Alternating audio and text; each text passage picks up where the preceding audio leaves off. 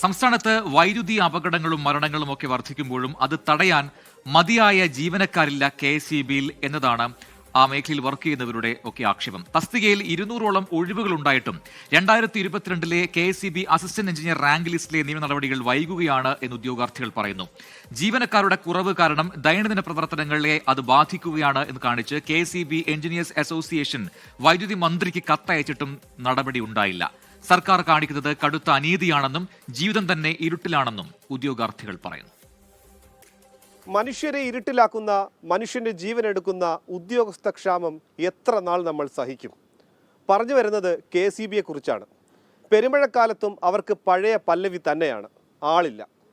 ആളില്ലാത്തതാണോ ഒഴിവുകൾ നികത്താത്തതാണോ എന്നതാണ് ചോദ്യം.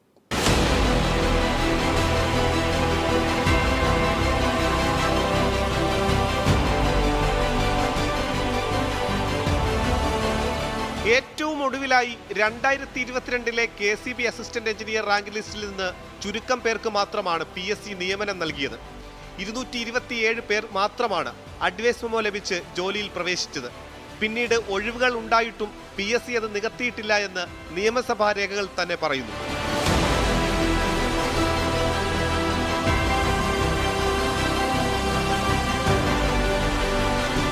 നിലവിൽ പ്രൊമോഷൻ, റിട്ടയർമെന്റ് അടക്കം വലിയ എണ്ണം ഒഴിവന്നിട്ടും അത് എന്ന് നികത്തുമെന്ന ചോദ്യത്തിന് ബോർഡിന്റെ കയ്യിൽ ഉത്തരമില്ലെന്ന് ഉദ്യോഗാർത്ഥികൾ.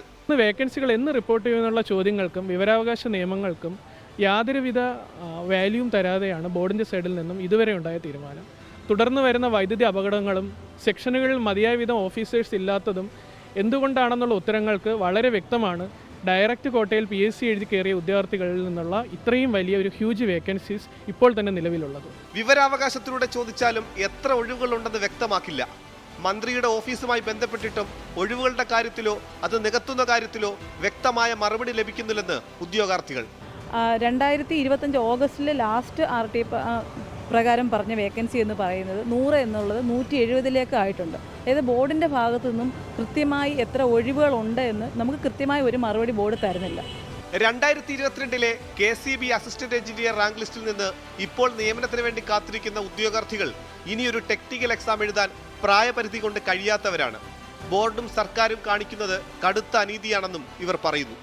ഇടതുപക്ഷ സർക്കാർ 6 മാസത്തിനകം ഉണ്ടായേക്കാവുന്ന വേക്കൻസി അടക്കം റിപ്പോർട്ട് ചെയ്യുന്നതെന്ന് ബഹുമാനപ്പെട്ട നമ്മുടെ മുഖ്യമന്ത്രി നിർദ്ദേശമുണ്ടായ സാഹചര്യത്തിൽ പോലും ഇത്തരം വേക്കൻസികൾ റിപ്പോർട്ട് ചെയ്യാതിരിക്കുന്നത് ഞങ്ങൾ ഉദ്യോഗാർത്ഥികളോട് ചെയ്യുന്ന കടുത്ത അനീതിയാണ്. വൈദ്യുത അപകടങ്ങൾക്കും സെക്ഷനുകളിൽ ജോലികൾ സമയബന്ധിതമായി പൂർത്തിയാക്കാൻ കഴിയാത്തതിനും കാരണം ആൾക്ഷാമം തന്നെയാണെന്നാണ് ഇതോടെ വ്യക്തമാകുന്നത്. KSEBയിൽ അടിയന്തര തീരുമാനങ്ങൾ എടുക്കുകയും നടപ്പാക്കുകയും ചെയ്യേണ്ട തസ്തികകളിലെല്ലാം ആൾക്ഷാമം രൂക്ഷമാണെന്നാണ് കണക്കുകൾ ബോധിപ്പിക്കുന്നത്.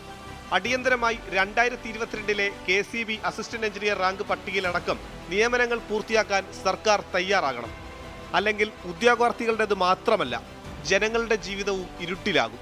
മനീഷ് മഹിപാൽ, 24 തിരുവനന്തപുരം.